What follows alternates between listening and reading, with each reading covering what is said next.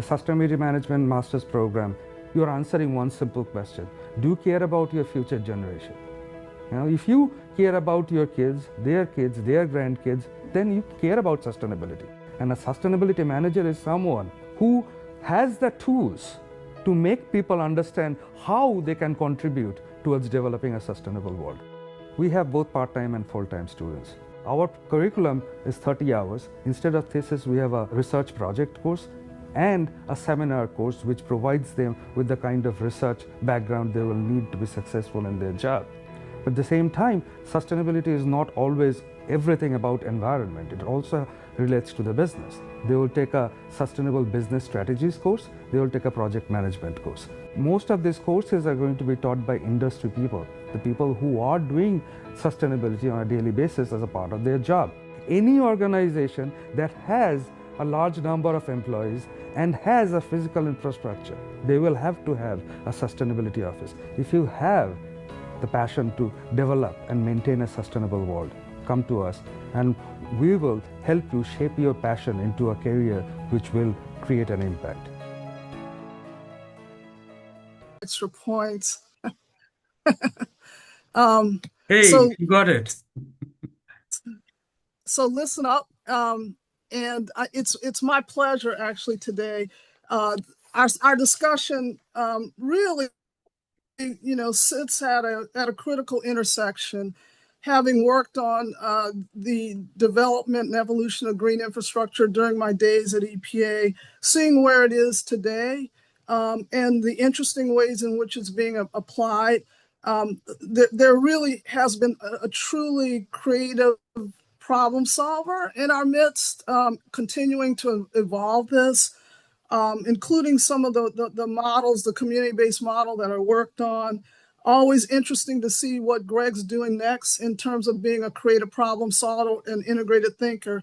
But as we move into this area of green infrastructure, aggregated green infrastructure, large-scale green infrastructure, again, we're talking about decentralized, distributed infrastructure, coupling that with advanced analytics and sort of next generation delivery models. And remember, in delivery, we're not only talking about planning and design, we're also talking about alternative approaches to financing and getting the multiple benefits. These are the kinds of things that you're going to be able to hear firsthand about. So as we all know, for those of us that have studied stormwater, I'm sure a number of you have, historically, the approach has been misaligned with natural systems. Stormwater was treated as something to quickly move away from gray infrastructure, the built infrastructure.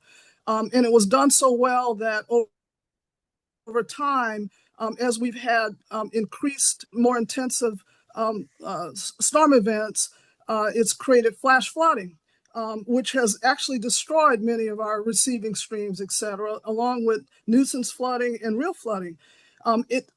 So we're now with green infrastructure trying to get more into alignment, observing like the biomimicry, right? Mimicry, biometrics of nature to teach us how to do it. But we still have to work with the gray infrastructure that remains. So we got to look at how to fix it and how to integrate it and how to do it better with the desired outcomes. This work is inherently place-based. It's every place is different. Depends on local conditions, community context, watershed dynamics, and how infrastructure is delivered on the ground. So I've known Greg for well over a decade when we started to work together, and particularly in applying this community-based public-private partnerships and kind of next generation of design and integration of technology. And I've seen firsthand how he approaches this. I like systems. I'm a systems thinker. He's an integrated systems thinker, but how he approaches the systems from a holistic management standpoint, and importantly, from a partnership standpoint, really being a good partner. He's built this approach to about $1 billion program across the country. It continues to move out. It continues to be more innovative. And with RainPlan, it's been interesting to look at what he's doing at the residential and commercial scale, where it's not necessarily about a mandate, an enforcement action. Now there's more interest in property owners to integrate this in terms of addressing nuisance and local flooding and protect their assets. And Greg will talk about a lot of this in terms of assets. Rain as a resource is an asset.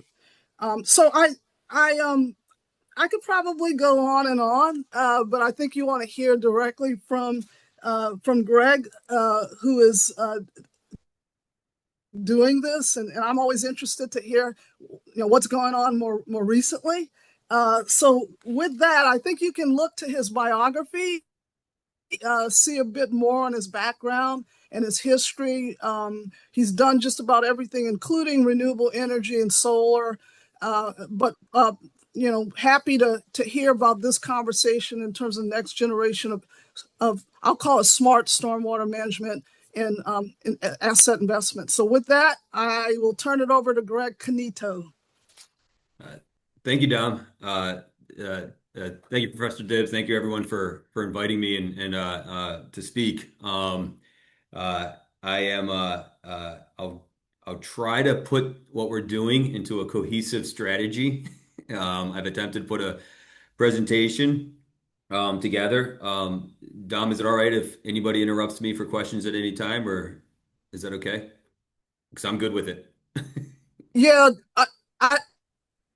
I think we like to let you speak a bit and then get to some questions, but unless someone has a burning question. Yes. Okay. Well, I was just going to say, just please, anybody, and I always take direction from Dom. Just So do I. So just whatever me. Says, yeah. Stop me. But as Dom said, so my background. So I've been doing my first decade. I did a lot of large scale infrastructure development in the federal marketplace.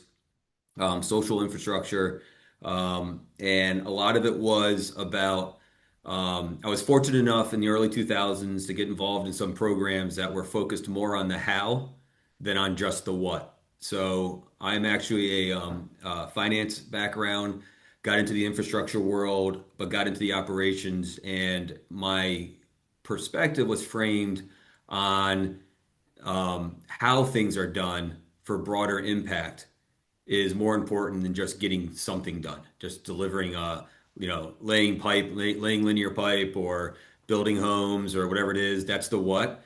How you do that and how social infrastructure impacts the local community, local economies, quality of life. I was fortunate enough to be put into a program that I learned on that focused on quality of life impacts through infrastructure deployment. And so that's kind of helped shape me for my career. And my second decade has been, I transitioned from traditional real estate development in large scale infrastructure, social infrastructure, into more resiliency infrastructure, solar. Did a venture on solar of just under 100 megawatts, decentralized solar installation, rooftop and ground mount with the government. And then I met Dom. And at that time, it was fascinating about, Dom under her leadership with EPA Region 3. I was fascinated by the meetings because I got called into a meeting because we committed a violation. One of our projects violated our permit. And so we fixed it very quickly and got invited to the EPA because they couldn't believe that we paid and fixed the violation before we actually got the notice letter. And so we were the first private company to pay and fix our notice of violation before we actually received the letter. And they were like, why did you do that? And we were like, because we're a part of this program and we're responsible and we have reserve accounts for this in this P3 program, infrastructure program. And she was like, we need to know more about this. What are you talking about? You have reserve accounts for environmental issues and stuff like that, and you take care of it. And so, but what's fascinating is they wanted to create a care versus using the regulatory stick. And that was the inception, working with Dom and her team and many others since then, on the community-based public-private partnership, which was basically saying stormwater for stormwater's sake or regulatory compliance is not good enough. There's a lot of challenges out there in the municipal environment, in the government environment. There's school systems, there's safety, public safety, there's water, wastewater. Stormwater for stormwater's sake isn't good enough. You have to also create greater community and what is the purpose of the stormwater? It's unseen, it's unknown, not really understood in a lot of cases. So we created helped architect or followed Dom's lead on the community-based public-private partnership, which basically took the stormwater infrastructure investments and measured them based on the local economic impacts that they have. Not necessarily just the environmental impacts, but the actual investment impacts of if you're going to do aggregation of X amount of stormwater, how much of those dollars go into local businesses performing the work? How much of those dollars go to local workforce participation? How much of those dollars actually stay in the surrounding marketplace because people who do the work also buy gas and hot dogs in their community and pay their mortgage and recycle that public investment back into their community. And so we built a performance-based model that puts the private sector's, the private sector's compensation, a portion of it, as at risk and measured and only achieved by successfully achieving those metrics and those KPIs.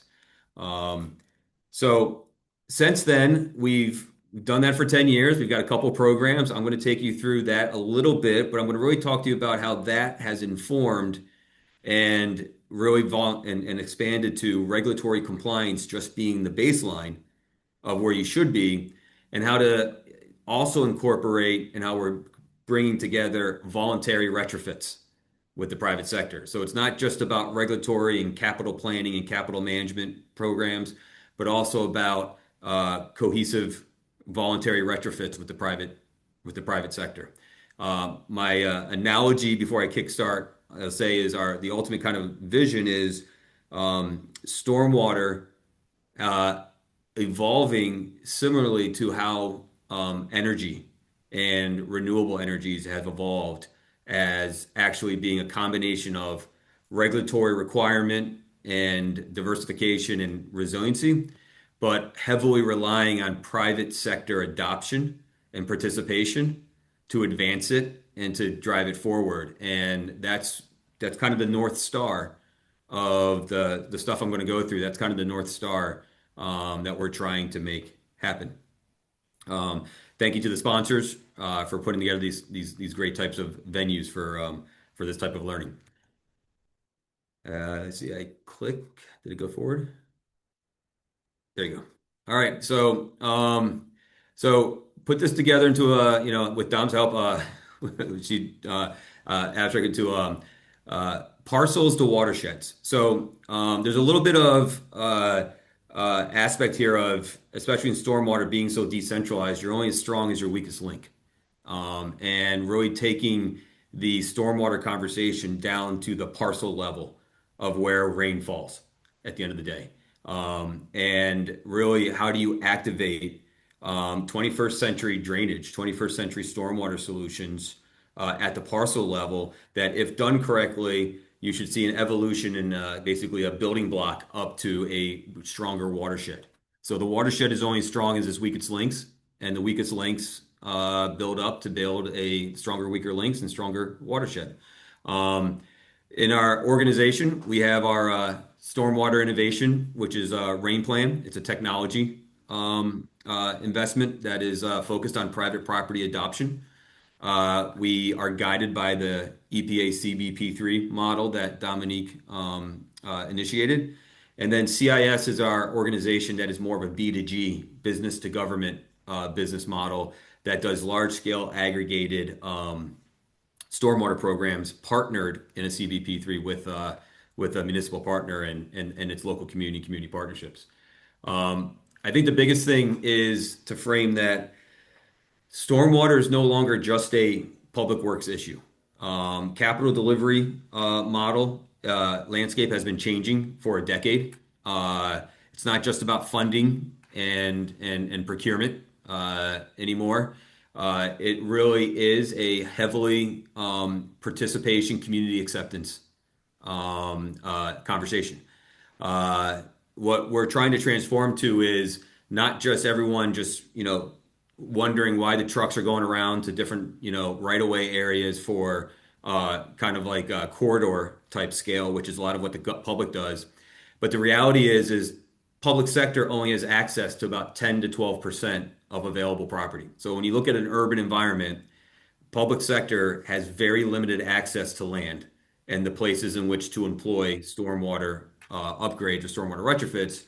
Private sector owns and manages about 85 plus percent of the of where water fall of where rain falls, and that is a real challenge because I don't know if anybody's ever been to a county council meeting anywhere, but you'll see the DPW will get up and say, "Hey, we're responsible for stormwater, but only in the right of way. We're not responsible for any of the water anywhere else, just in the right of way. So once it comes to the right of way, we're responsible." And then the county council will look over at the Department of Environment in that county and go, and the and the Department of Environment say, "Well, we're responsible for all of the places outside the right of way, but we're not allowed to touch it because it's owned by private property." So the county council members just look at themselves and say, "Well, how do we solve this dilemma? We can't actually, make improvements." So really, how do you incentivize and get parcel level, whether rooftop, front yard, backyard, parking lot, common areas? How do you get these to be a natural evolutionary voluntary retrofit to 21st infrastructure, just like they're doing with waterless heat pumps or any other type of improvements they're doing on their properties. So I have a couple of things that I want to go through with you guys of what do you have to believe? You don't have to, but if you're going to listen to this speech, what do you have to believe to make this make sense? I have a couple questions. So what you have to believe is that there are some common misconceptions about what the real barrier is to stormwater improvements. And a lot of people will think that the common assumptions on what are barriers to stormwater is funding, right? No, there's plenty of funding out there. There's actually more funding than there are projects in most cases, or ready projects. A lot of people think regulations is a problem. Regulations aren't the problem. Regulations actually really just create the baseline. It's actually a pretty low bar in reality. Technology. Some people think technology is a problem. I would argue that there are plenty, if anything, too many solutions, but plenty of solutions that are available for all types of parcels and properties. And some people think education, but I don't know. I have 5 children ranging from the age of 5 through 21, and all of them are a lot smarter than me about resiliency, sustainability, and stormwater. And the education is out there and happening in the schools. So I don't think it's that. What we have found, or what we believe, is that access to private property is the biggest barrier to stormwater improvements. Actually, when you talk to a lot of projects, that what's holding them up is the entitlement, the ability to access the land to make the improvement. There are lots of concepts and feasibilities done on properties, and whether it's a stream restoration that might go through an HOA or some private property's backyards, or whether it's a pond, or whether it's a bioretention, or whether it's any type of scenarios, there's a good 80% chance that it's going to abut against private property. And getting access to that private property is the biggest barrier to why projects go forward or don't go forward in an economic or affordable manner. Another thing to believe is what is the biggest barrier to GIS adoption? Again, people think that what holds it back is education. No, most owners already know it exists. It's also in a lot of new development code and policy. A lot of believe that it's funding. There's actually a lot of incentive programs out there, and a lot of people already are investing in stormwater without them knowing it as they do their new build commercial construction or residential renovations. And again, people think it might be technology, but again, there's lots of solutions out there. The biggest barrier to private property owners adopting and more, into the voluntary retrofit is just a lack of economic interest. So I hate to say it, I did say I was a finance background, but economic interest is the driver. People's properties are probably their largest investments, whether it's a commercial or a residential. Their property is a huge investment on their balance sheet, and protecting it, but also creating appreciation and accretive value is a really important aspect of businesses and property owners' decision making and motivations. The ability for, so that's what drove in a lot of cases, when you think about, I did that analogy to energy, the ability for property owners to quantify and in a simple and clear way understand the value of retrofits in the energy to renewable to energy efficiency is what drove that market forward. It's what drove the acceptance, is what drove the activity forward. We believe that GSI can also be made into a simple, clear pathway of economic interest for property owners, whether it be for discounts into their stormwater utilities, whether it be for protection from property erosion or property risk, or whether it be for a combination of that and incentives offered in their local marketplace, where the government wants to incentivize the property owner to step up and take its own voluntary retrofit. The third barrier that we think people misconceive as a barrier, but what is the biggest barrier to affordability? Again, it's not a cost of capital. There are lots of low-cost financing and capital structures out there.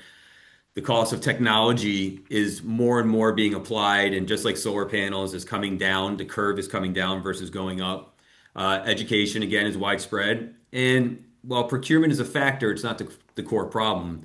The biggest barriers we see to affordability of projects is both workforce and work stream capacity and efficiency.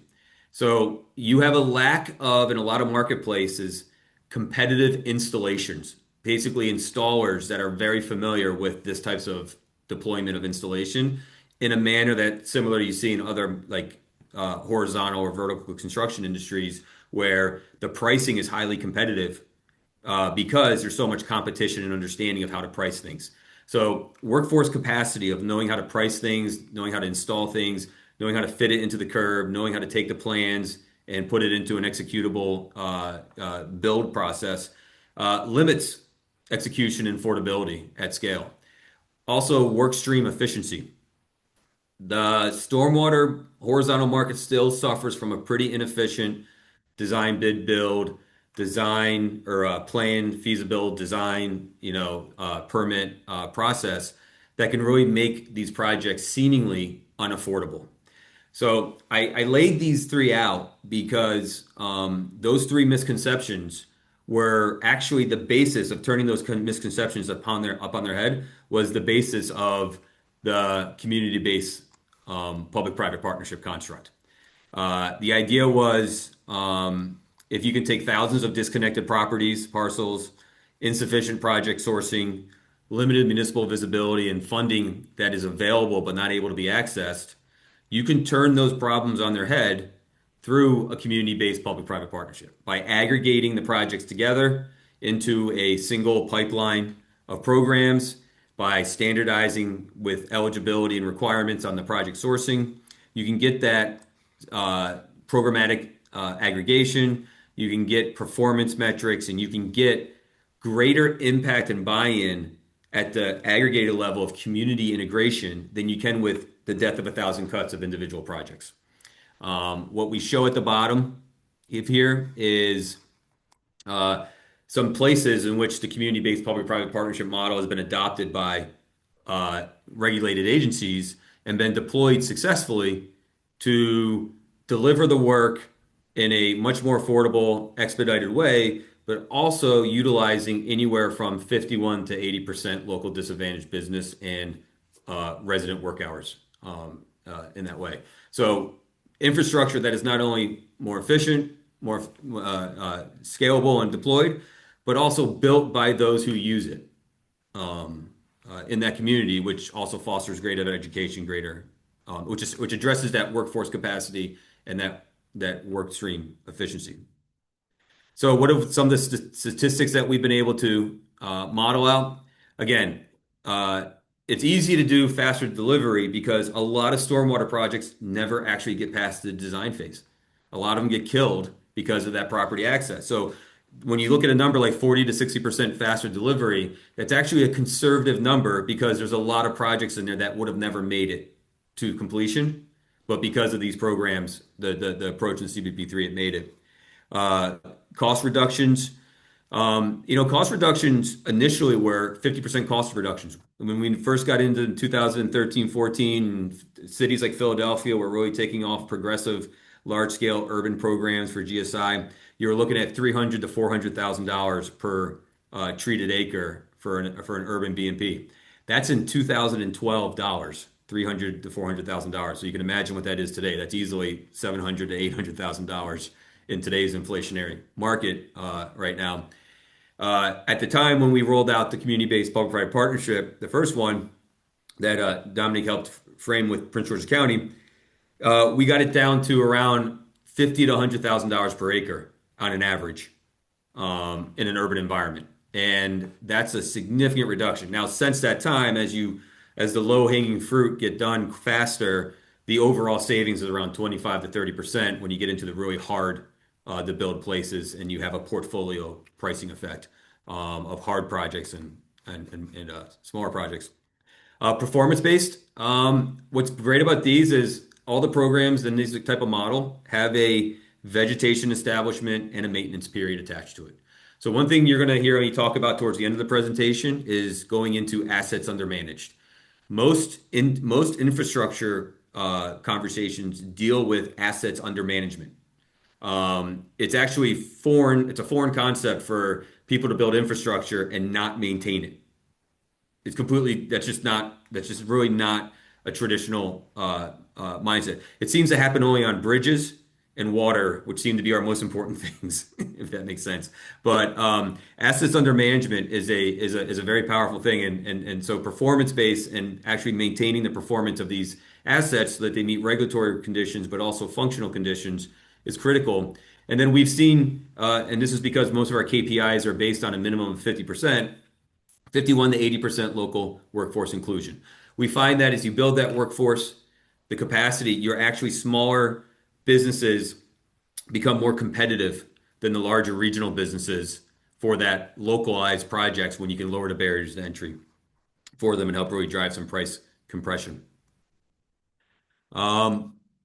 You can't build what you can't see or activate. So one of the things that we learned as we went through the CBP3 programs was access to properties. As you start going through the corridors, as you start going through the municipal parking lots, the municipal yards, all the, even the ponds and the HOAs and streams and the different places where you can potentially access with the limited private property interjection. The reality is you didn't have a large pipeline of available property. So a lot of times we found, and it's gotten better, but municipalities were fearful of engaging the private sector about stormwater. Stormwater was seen as a burden. Stormwater was seen as a heavily policy regulatory, something to be avoided. And they were fearful of and had inconsistent engagement with property owners. Maybe you send a engineer, a consultant engineer, a contract engineer out to a property to sit in a canoe in a pond or outside someone's house or something like this to do a quick assessment. And all of a sudden, the property owner is walking out and asking, "What are you doing here? Why are you here? What's going on?"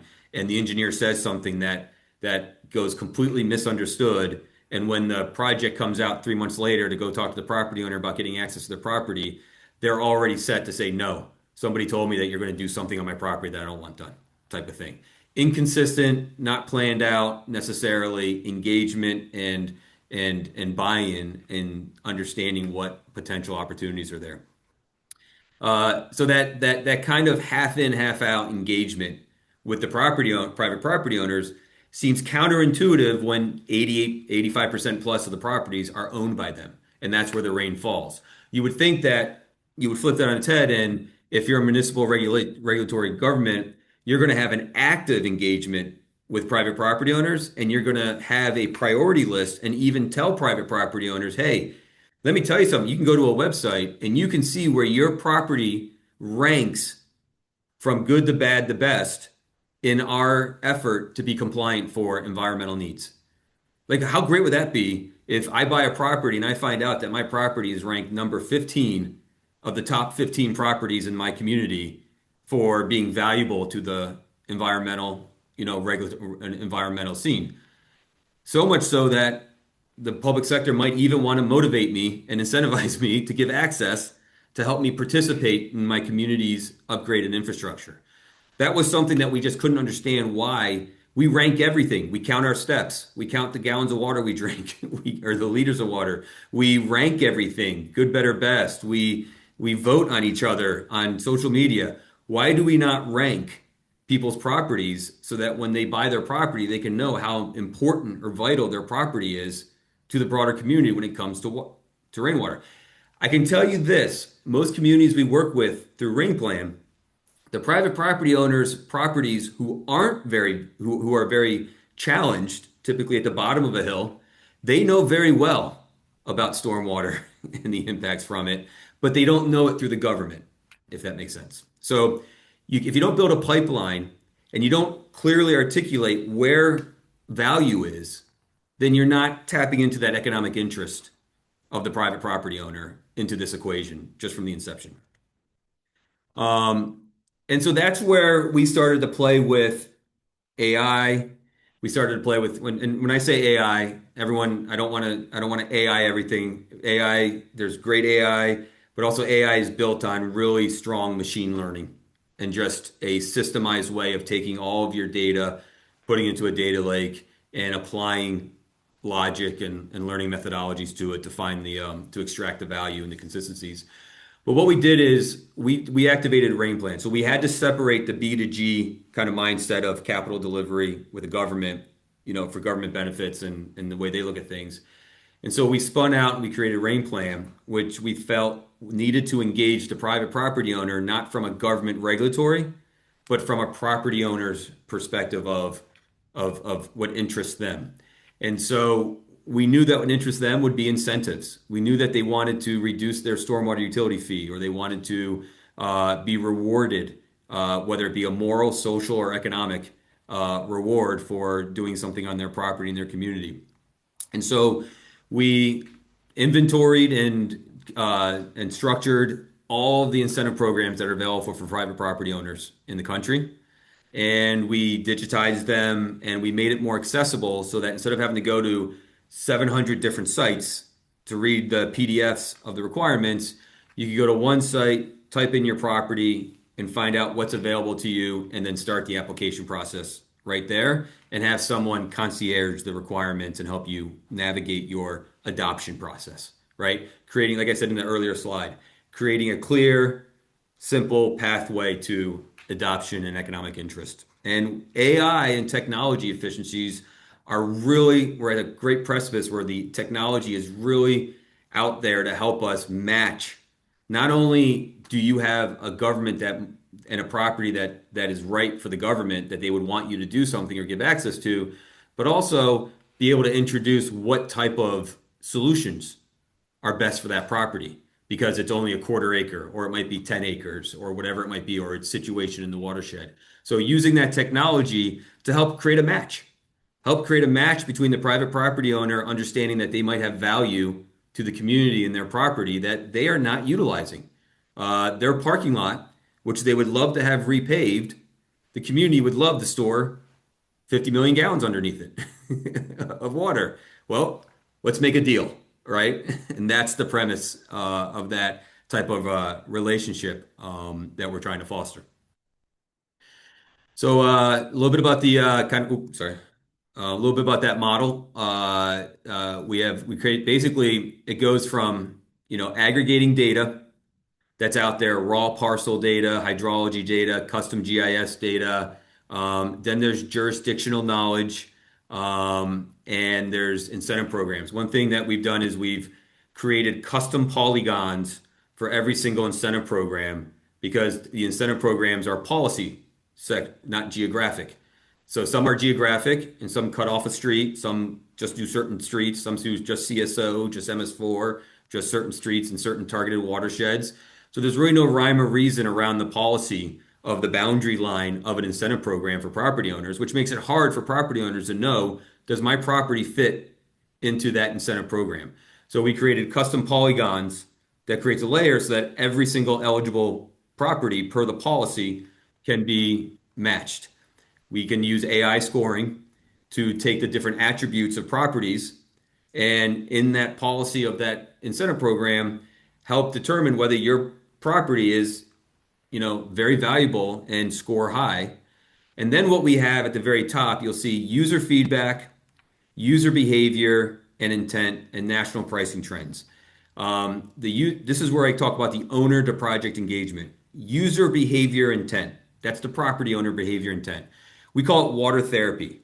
Whenever anybody puts in their private property owners that we market to, puts their property in, we record and we track what is their motivation. We have things from just, I have a lot of flooding in my backyard and I want to alleviate flooding.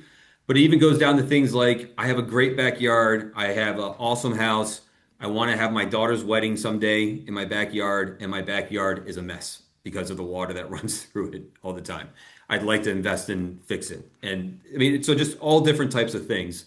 Water reuse, water conservation, flood reduction, erosion, or just beautification. But we've taken all of that and we continue to build that repository, which then can blend into the AI scoring to match the motivation of the property owner and the value of the property to the environment. And again, we're just trying to connect the bridge between the government that wants a project pipeline of places that they can do work and act, and they want to know how accessible are those projects in the project pipeline. So instead of just having an engineer go out and look at a project and look at it from just the nuts and bolts of the what, you can now have a pipeline that says, wow, that property, then that property owner is very amenable to doing something on their property. We've even had situations where, you know what, they're not amenable, but their neighbor is. And maybe we can gear the project and move it slightly to affect more of their neighbor side versus their side and adjust the project. Again, great informed decision making for a successful project. So when activation meets delivery, Dominique talked about integrated systems. So if you can think about the idea of communities now being able to see, and I have a site that I'll show you in a few minutes, communities being able to see a pipeline of properties where property owners want something done on their property. And you have a large aggregated execution model for procurement of services and design, build, operate, or design, bid, build, progressive design, bid, build. Then you start to see this idea of available properties, accessible properties, a design, bid, build, a progressive design, bid, build efficient model with workforce capacity, that you now start to get to this very parcel-based, stronger watershed impact on that. The digital AUM, you'll see me start to pop up in this, is that our next initiative is that everything we build going forward, we started a new initiative. We build a lot of stormwater between the two companies. We do a little over $50 million a year of stormwater improvements. Anything we build, we are now putting a connectivity, remote power, a rugged box, and connectivity to the internet, IoT, on every single asset so that we can, what we say, tag and bag. We can digitize the assets, we can track them and put the as-built up against the actual weather impacts. And we can set the premise for a camera, flow meter, and even remote control valve, CMAC, on it in the future, so that now every asset has a connectivity to the cloud. So we believe it is a terrible thing that in the current 21st century that we build infrastructure that we don't connect to the cloud. It just makes no sense. We put antennas on vans and track their speed limit around town. Why don't we put antennas on our BMPs and monitor it for how it's functioning? And instead of sending someone out to go inspect it, first have someone just open up the camera and take a visual inspection, basically on it initially. Just little things like that, but then it opens the door for greater monitoring. It also makes monitoring more cost effective because it puts the monitoring framework network into the capital projects at scale, so that then monitoring initiatives can be much easily funded and done at the micro level overall. Again, scaling impact, I can't say enough. When you start looking at the parcel, the weakest link or the smallest aspect, you really do start to build, and you're effectively targeting projects at that level. You really do start to create this macro level neighborhood to watershed optimization kind of natural, I would call it snowball effect, when you look at it that way. Again, resilience is local and inclusive. We are trying to help by what we're starting to prove in certain communities is that the greater homeowner and business engagement, you can expand your incentives, you can expand the utilization of your incentive programs, you can grow the dollars for it. You can also foster more growth and business development for providers to on the installation side, not just the design side. And you can create greater improvements at a neighborhood level beyond just inlet and outlet repairs. So you can actually start having Tacoma Park, Maryland is a great place where we analyzed the fact that the reality is they're on a huge hill and they need to make a lot of improvements. The DPW inlet outlet repairs are not going to solve the problem. They have to couple it with on property, private property, targeted improvements in between the various inlets and outlets as it flows through as it flows through the neighborhoods. Um, a conversation that I might add could never happen until you really engage the private sector to really be apt to potentially giving their properties available versus on just a case by case basis. So what does that leave you with? That leaves you with a highly intelligent, a highly distributed, and a continuously monitored, managed, and optimized infrastructure. So if you go to that basic building block of a parcel and you build in the theme of voluntary access or even accept amenable access, which creates greater communication engagement with the property owner, and you're putting connectivity into all of them, you start to create the framework in every community by community, neighborhood by neighborhood of an intelligent, distributed, and monitored. And the property owners like seeing investment and know that you're monitoring it as well. And it makes them feel like the government's seeing more value in it. Why now? Well, I think volatility of climate, volatility of weather patterns is a huge, huge concern. Uh, as much as people talk about federal funding, I've looked at federal funding back from like the, early 1900s, and it always goes up and to the right. Even you might have some dips, but when you look at it at a macro level, federal funding is always going up an annual growth rate, pretty much up and to the right of the chart. It might have some dips, but it always, whenever it dips down 2 points, it always goes up 4 points after that. So at a macro level, there is not this reduction of federal funding that everyone talks about in the eaches. And also the money that you're using today was approved by the government probably 3 or 4 years ago, and it takes that long to come down the pipe to get to a project. And the money that people pull back is money in the future that then usually gets increased anyways as political weather changes. Data and AI maturity, the capabilities of satellite, GSI, the accessibility of these technologies, and to be able to put them into applicable solutions has never been more cost effective than now. It just takes an organized framework. It takes an organized strategy in order to apply those versus individual piecemeal funded strategies. You really got to have a big picture, longer term view on it. And then things that were new 10 years ago, like CBP3s, are proven delivery frameworks that you're seeing, whether it might not be a full CBP3, you are seeing performance based, you are seeing the consulting industry change and adapt to being much more shift to an accountable participant versus just an advisory participant in the equation. And so those are examples of these frameworks shifting into, the performance-based of CBP3 influencing delivery in the marketplace. Sorry, I hope I'm almost done. I didn't count my slides. I apologize. So what you have here is you have a lot of untapped parcels. There's 190 some million parcels in the U.S.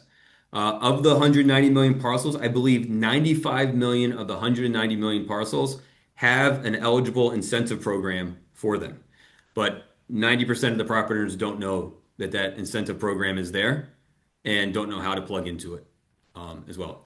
You have proven delivery models. You have the ability to activate them through technology efficiencies, and you have the ability to bring policy, private sector, technology, and community all integrated into a unified kind of initiative, which I would argue you have all seen the energy efficiency and the renewable energy go through in the early 2000s to the late teens, go through that evolution. So we're hoping that we're going to see a future stormwater evolution of a similar type.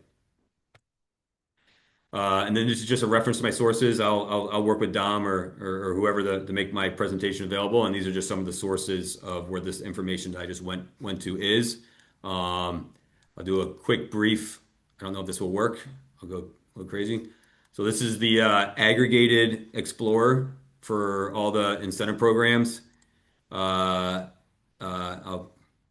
take New Jersey just because I think it's New Jersey. Um, and it took me, I accidentally clicked Pennsylvania. Sorry, my mouse is very sensitive. Let's see if I can get over to Trenton real quick.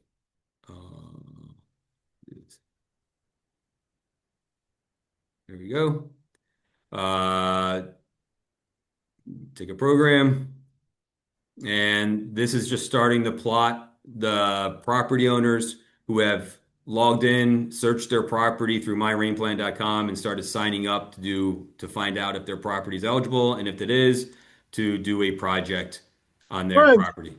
I, Um, we're not seeing that. Yeah, Can we are you? seeing the Oh, I'm same. sorry. Okay, sorry. And Yeah, It's we are probably just, my the way the screen shares. So you guys can go to it and explore it. I think I'm gonna run out of time, so I'm gonna stop now. no, Just You're good. Like, if you want to explain it, that would be great.